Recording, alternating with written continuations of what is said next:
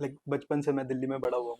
हमारे को यहाँ मोमोज बोला जाता है एंड रिसेंटली आई डिस्कवर्ड इसको मोमो बोला जाता है। जी, मोमो बोला तो जाता है। ट्यूशन स्कूल के बाद हम लोग बाहर जाते थे, 50 रुपए की एक प्लेट मोमोज खाते थे and the crowd is very happy.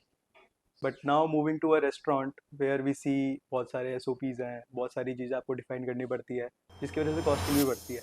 जी। तो momo at 50 rupees a plate and momo at 250 rupees per plate, like how people think of it when eating this plate of momos. देखो, अगर मैं अंदर की सच्चाई बताऊँ, क्योंकि मैं इस इंडस्ट्री से 15 साल से जुड़ा हुआ हूँ, तो अगर मैं अंदर की सच्चाई बताऊँ तो ना वो बहुत ही अच्छी नहीं है सच्चाई देखने वाली। होता क्या है कि आप समझिए कि बिज़नेस कोई भी कर रहा है तो वो प्रॉफ़िट के लिए कर रहा है, हम्म। वो कोई समाज सेवा तो कर नहीं रहा। हम्म। अगर जो ₹50 बच की प्लेट बेच रहा है वो भी प्रॉफ़िट कर रहा है, जो ₹250 कर रहा है वो भी प्रॉफ़िट के लिए काम कर रहा है। अब होता क्या है कि जब हमें पता है कि 50 में बेचनी है, अब आपको भी पता है मार्केट में चीज़ें कभी ₹10 किलो भी होती हैं, कभी 20-25 ₹50 किलो भी होती हैं। हम्म। तो होता क्या है कि पर कॉस्टिंग तो ₹50 में बेचना है उसको। तो कहीं न कहीं वो क्वालिटी में कॉम्प्रोमाइज़ कर जाते हैं, अच्छा सामान यूज़ नहीं करते हैं और कहीं न कहीं टेस्ट तो मिल जाता है कस्टमर को, मगर वो क्वालिटी नहीं मिलती है। बहुत बार ऐसा होता है खाना खाया और पेट खराब हो गया या फिर आप हॉस्पिटल तक पहुँच गए।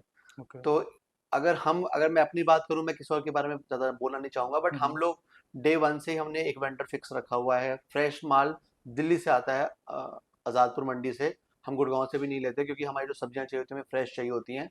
तो इसलिए वो वेंडर स्पेशली दिल्ली से लेके आता है और हम वो यूज़ करते हैं। अब चाहे रेट कुछ भी हो मार्केट में, क्योंकि वो ना देखते हुए कि भाई रेट्स क्या हैं क्या नहीं है, तो सबको बैलेंस आउट करने के लिए हम प्राइस चार्ज करते हैं।